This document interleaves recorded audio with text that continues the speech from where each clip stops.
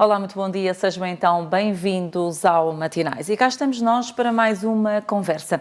E estamos, como já sabe, também a fazer um pouco daquilo que era a vida do padre Manuel Formigão, cônego Manuel Nunes Formigão. Porquê? Porque está a decorrer o processo da sua causa de canonização. Como tal, é preciso conhecermos muito bem este homem e este servo de Deus. Temos vindo à conversa com algumas das pessoas que conhecem bem o padre Manuel Formigão, uns porque tiveram a oportunidade de lidar com ele, outros porque sabem muito daquilo que foi a sua história e a sua vivência como cristão. Hoje temos alguém muito especial connosco, temos Monsenhor Arnaldo Cardoso, ele que é o postulador da causa de canonização do padre Manuel Formigão. E, portanto, vamos perceber um pouco como é que está este processo e, afinal, aos olhos deste postulador, quem era este homem, o padre Manuel Nunes Formigão. Monsenhor, desde já, muito obrigada por ter aceitado o nosso convite e estar aqui conosco. E, de facto, este processo já está a decorrer. Tivemos recentemente a alegria de ver o Papa Francisco decretar e reconhecer como válido o decreto que nos aponta as virtudes heroicas do padre Manuel Formigão, mas isto é só o princípio do processo. Sim, não é o princípio, é praticamente uma etapa de um longo processo que se iniciou praticamente com o ano 2000. Eu gostaria de salientar que a história deste processo é já um pouco longa, porque durante bastante tempo não se ligou muito à figura do padre Formigão, precisamente porque a sua figura ficava obscurecida no meio da maravilha dos três pastorinhos, de maneira que todas as atenções se concentraram, quer a nível de crentes, quer a nível de responsáveis na Igreja, se concentraram nos três pastorinhos, como se viu. Curiosamente, isto teve uma mudança significativa com a beatificação de Francisco Jacinta no ano 2000, em que isso foi oportunidade para que o bispo de então, de Leiria Fátima, o seu Dom Serafim, ainda vivo, também solicitado pelas Irmãs Reparadoras, fundadas pelo cônego Formigão, despertassem para esta figura do padre Formigão em ordem a instaurar o seu processo de beatificação. Ora, isto naturalmente que vinham recuperar a memória de um homem extraordinário, de um homem singular, para que ela não se perdesse no olvido, porque seria realmente uma perda irreparável. Entretanto, este motivo da beatificação dos pastorinhos Francisco e Jacinta já tinha sido precedida de um certo movimento de animação da memória deste homem. Por exemplo, houve uma etapa importante que foi a publicação do trabalho pelo padre Luís Maria Alonso, espanhol, que fez a primeira grande biografia do servo de Deus. É um ponto de referência hoje que ainda não foi possível ultrapassar. Uma outra etapa importante para a preservação da memória deste homem foram as jornadas de espiritualidade, da reparação, que o Instituto, ou a Congregação, neste caso, animou, e a obra da reparação também, a partir de 1991.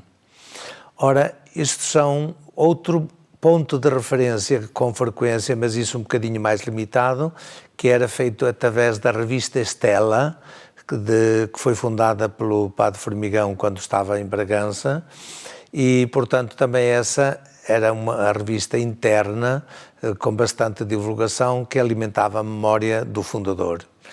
Mas tudo isso eram iniciativas pias, generosas, importantes, mas não podia ficar por ali. Curiosamente, o processo da beatificação dos dois pastorinhos em 2000, com a vinda do Papa João Paulo II a Fátima, desencadeou-se todo este processo à volta do Padre Formigão. O Dom Serafim pediu, portanto, o sim da Conferência Episcopal, que era requerido, foi concedido, fez o pedido a Roma e em Roma, no ano 2001, concedeu o Niki Lobstad para que se podia instaurar o processo. Só então é que se começou a instaurar o processo a nível diocesano, que durou vários anos e, portanto, essa é a primeira etapa fundamental, porque significa recolher documentos e significa recolher testemunhos de testemunhas visuais ou do ouvido e tal. É um processo longo que durou vários anos. O certo é que eu entro neste movimento já no ano 2005. Estava eu a deixar Roma e foi o último processo de beatificação que assumi como postulador nessa altura. De bom grado o fiz porque já conhecia a figura do Padre Formigão, pelas leituras das aparições, do seu papel e tal, mas conhecia muito superficialmente, mas alguma coisa conhecia. Aceitei de bom grado, não sei bem porquê, mas aceitei, e o processo foi, o trabalho do processo já foi feito com a minha presença aqui em Portugal. Os novos meios de comunicação, com os e-mails, permitiram um envio, uma correção e um reenvio de tudo isso. Ora, e tudo isso durou vários anos. O certo é que em 2008,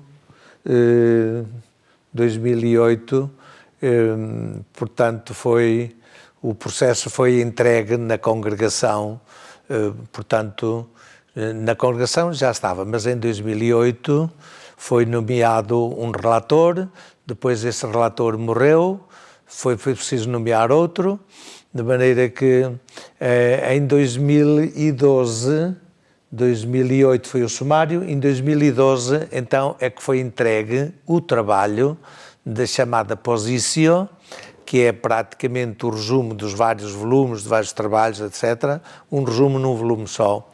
Portanto, a Positio é organizada pelo postulador, sob a orientação de um relator da congregação, e o postulador é ajudado por uma vice-postuladora, que neste caso foi a Irmã Gertrudes, da congregação, e assim surgiu a Positio.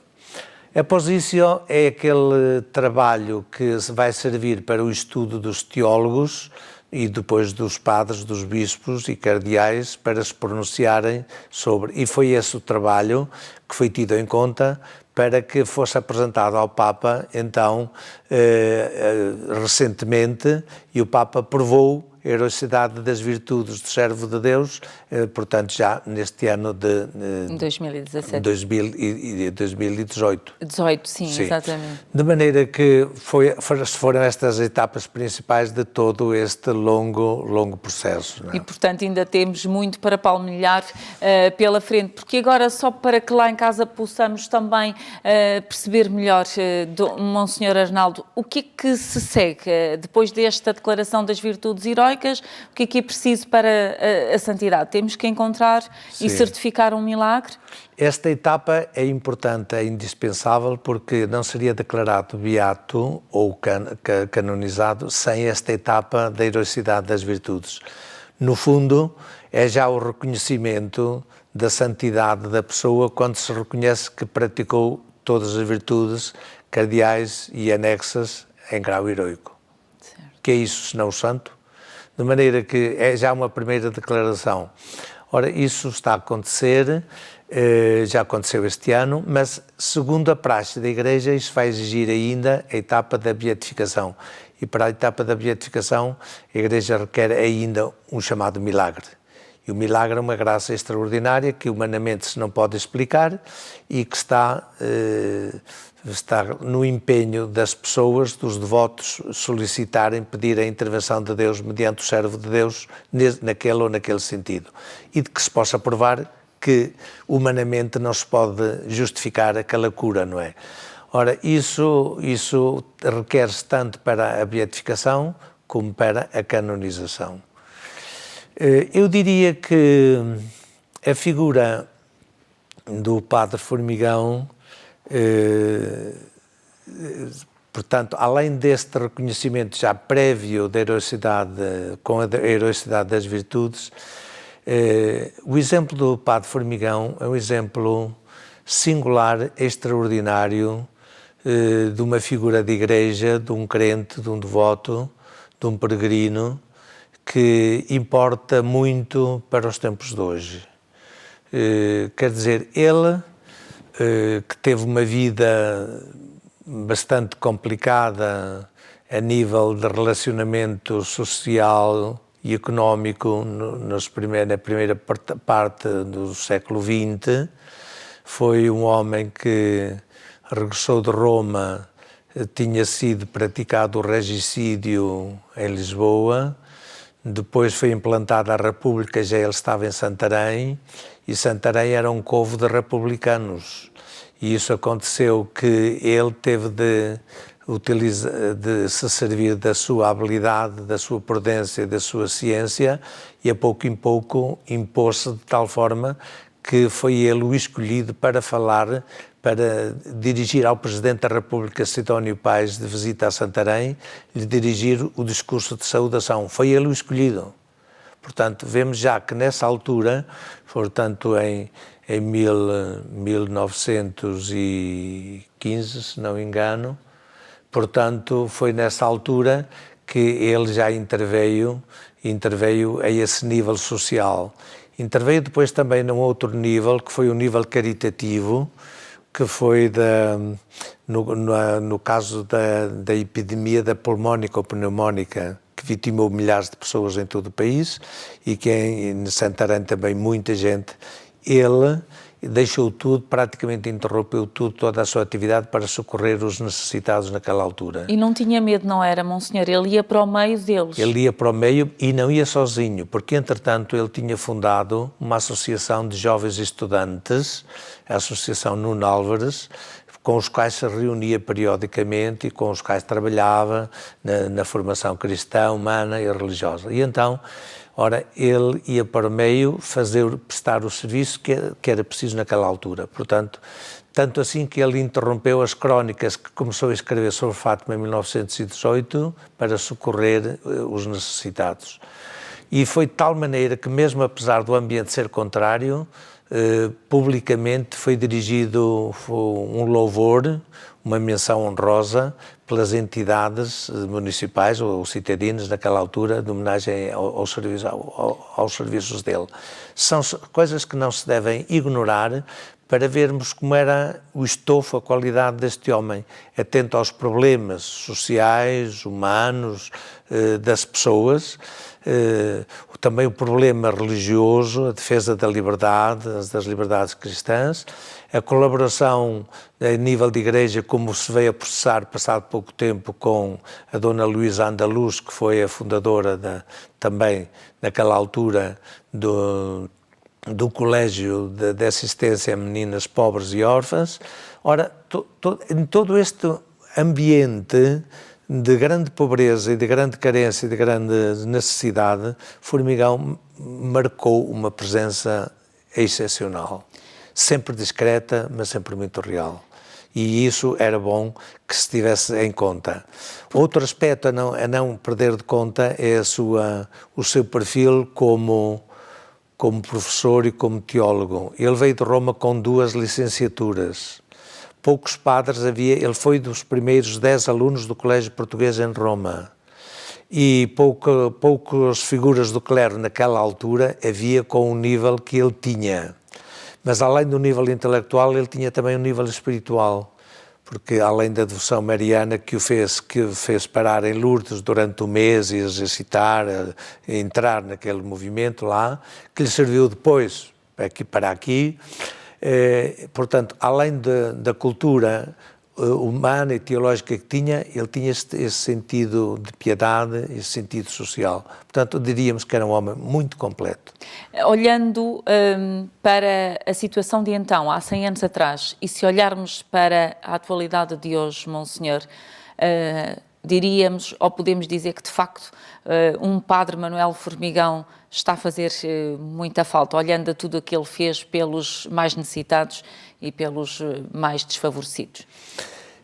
Sem dúvida, porque ele poderia ser apresentado, e pode ser apresentado como uma figura exemplar que mostra o seu sentido de solidariedade, de fraternidade, a sua sensibilidade para com os necessitados, para com os mais carenciados, mas que também mostra um lado pouco conhecido dele, é a defesa das liberdades, da liberdade, porque naquele período em que o republicanismo jacobino, maçónico daquela altura era ditador autêntico, não é?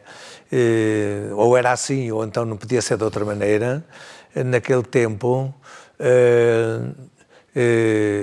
o Formigão soube escrever oportunamente a defender as liberdades da Igreja, a liberdade religiosa e a defender. Ora, esse é um lugar pouco conhecido dele, mas esses artigos ali no Jornal de Extremadura, ou depois mais tarde em Bragança, lá aparece ele sempre nesse aspecto de fiel defensor dos direitos da Igreja e das liberdades humanas e religiosas.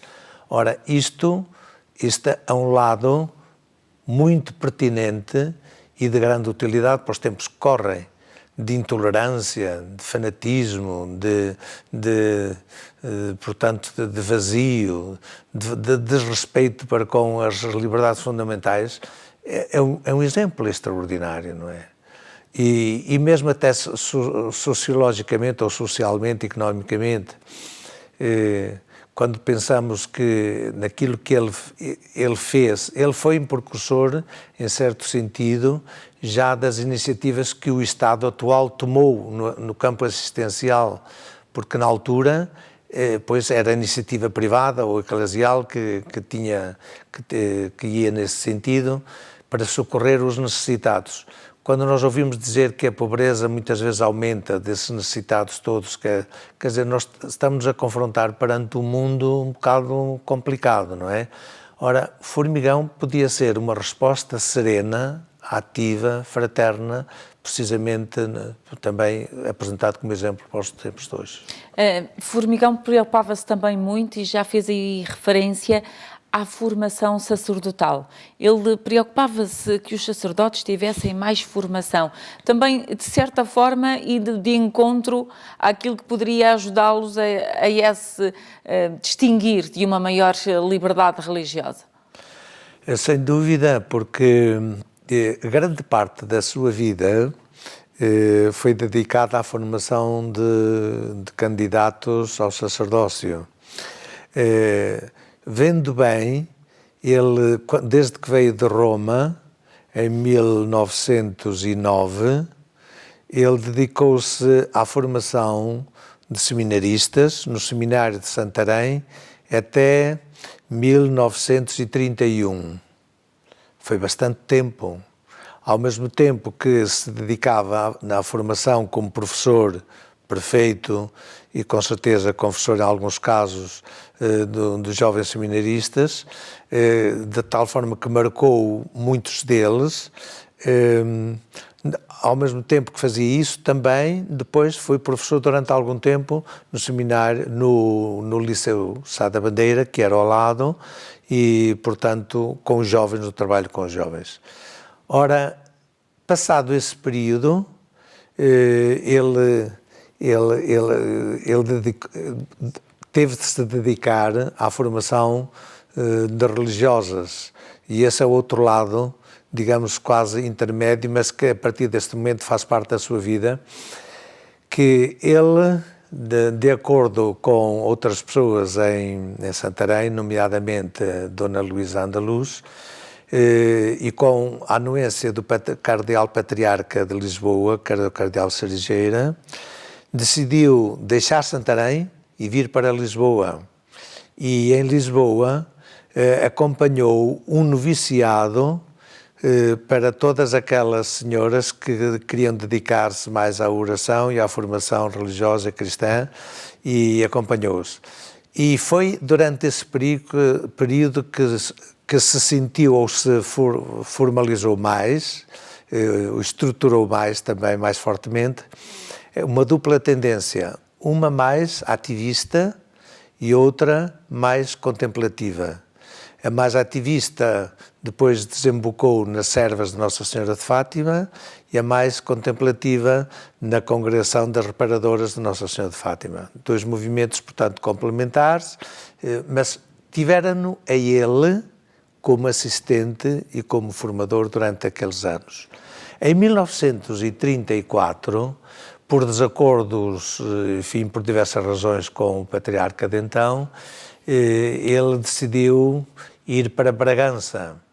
Foi para Bragança e aí continuou a dedicar-se à formação dos seminaristas, porque inclusivamente o bispo de Bragança nomeou o reitor do seminário.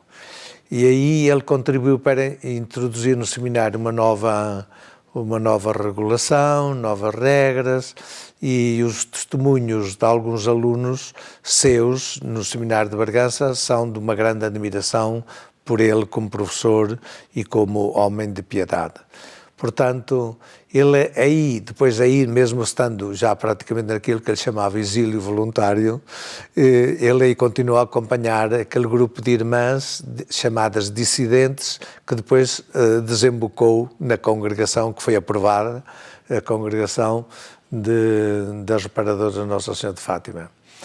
De maneira que, mas não terminou, a sua tarefa como formador de seminário não terminou aí, porque um colega dele, em Roma, era o arcebispo de Évora, Dom Manuel Mendes da Conceição Santos, um outro homem sábio com estofo de santo também, que apreciava muito o formigão. E então pediu-lhe, pedindo ao bispo de Bragança, se lhe podia dispensar por um ano, ao menos, para o ajudar no seminário de Évora. E Formigão teve a coragem de deixar tudo outra vez e por amizade e para obedecer ao pedido dos bispos, foi para Évora e durante um ano foi superior e professor no seminário de Évora. Depois dessa experiência, o seminário de Évora termina ali a sua formação com os seminaristas. Então depois teve de tratar mais da saúde, já estava muito doente, foi para o Porto e então dedicou-se mais à formação das irmãs, até que veio para Fátima, onde morreu.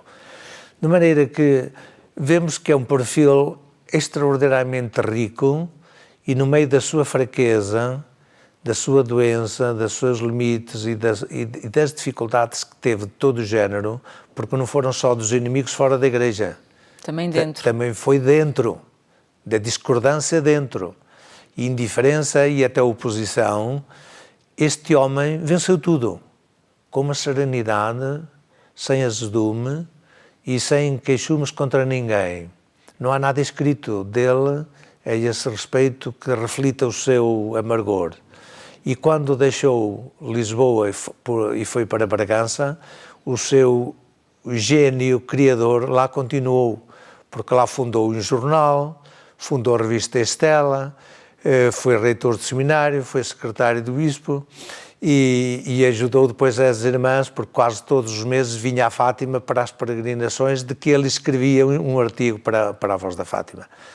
Este homem, com os limites que teve, de todo o género, todo o tamanho, mesmo físicos e ambiental, é de um perfil extraordinário, esmagador. De tal forma que o biógrafo dele, o Padre Alonso, diz que foi uma figura extraordinária, singular, na primeira metade do século XX. E foi. Se olharmos para tudo o que ele já tinha no seu percurso de vida, não só social como também de religiosa, o que é que Fátima E o que o acontecimento de 1917, que inicialmente ele nem era minimamente crente, mudou neste homem? Esse é um capítulo também muito interessante da vida deste homem, porque a partir de setembro de 1917 dá-se essa reviravolta interior que fez com que, de desconfiado e distante e cético a respeito do que estava a acontecer na Cova da Iria, passasse para um grande defensor e alto-falante dos pastorinhos nesta mensagem. Eu acho que Fátima foi muito importante para a vida de Formigão, mas também Formigão foi muito importante para os primeiros tempos de Fátima. A Fátima foi importante para a vida de Formigão, porque ele tinha tido uma experiência mariana singular, eclesial, em Lourdes, e tinha prometido lá, a Nossa Senhora na gruta, que ia ser um grande defensor das peregrinações a Lourdes, como meio de conversão do país que estava um bocado desorientado. Bom, este sonho dele, quando ele começou a perceber a pouco e pouco que Fátima se substituía para ele Lourdes, então ele dedicou-se completamente. E de tal forma que Fátima foi importante para ele, na medida em que concretizou a sua devoção mariana e o seu sentido eclesial aqui no país, mas também Formigão foi muito importante para Fátima, porque, pensando bem, nada do que foi verdadeiramente importante foi feito sem a intervenção do Padre Formigão. Nem toda a gente sabe, mas ele, quando veio como observador aqui a Fátima, ele foi insinuado a vir pelo então vigário-geral do Patriarcado, uma vez que o Patriarca estava exilado, e então ele veio discretamente e à distância com o seu binóculo acompanhou tudo. Uma semana depois voltou a Aljustrel para interrogar pessoalmente os pastorinhos e a partir dessa altura deu-se a reviravolta. Porquê? Aquilo que preocupava Formigão não era a sedução do maravilhoso em Fátima. Aquilo que o preocupou Formigão nos primeiros tempos foi apurar que os pastorinhos estavam a ser verdadeiros. Não estavam a ser iludidos, não estavam a ser enganados, não estavam, portanto, ele, Formigão, que não tinha nada de supersticioso, queria saber a verdade, e fosse ela qual fosse, e ele mesmo o escreveu. Ora, portanto, há uma consciência crítica sobre tudo aquilo que acontecia, um crivo muito apurado que Formigão estabeleceu de tal maneira que num dos interrogatórios ele muniu-se de 60 perguntas para fazer aos pastorinhos. Ele queria saber tudo. De cor era o vestido da senhora, depois mais o botão, depois mais isto, quer dizer, tudo, ele queria saber tudo. E este homem, porquê? Porque queria saber a verdade. Portanto, ele nesse aspecto prestou um serviço notável a Fátima único, de tal forma que o primeiro bispo da restabelecida Diocese de Leiria, o Dom José Alves Correia da Silva, viu nele uma figura imprescindível e em tudo aquilo que é importante relativo a Fátima, lá estava o bispo a pedir ao Padre Formigão para fazer parte. Foi assim na comissão canónica, no relatório crítico, de maneira que em todas as diversas comissões, Formigão lá estava. E os textos finais, os pareceres finais, eram da pena dele.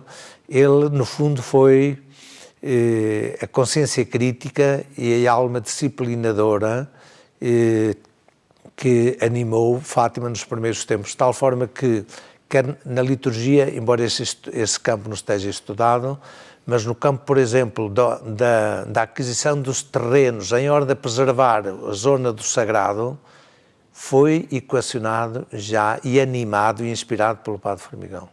Portanto, ele já com uma visão para o futuro. Profética, não é? Para o futuro. Para o futuro.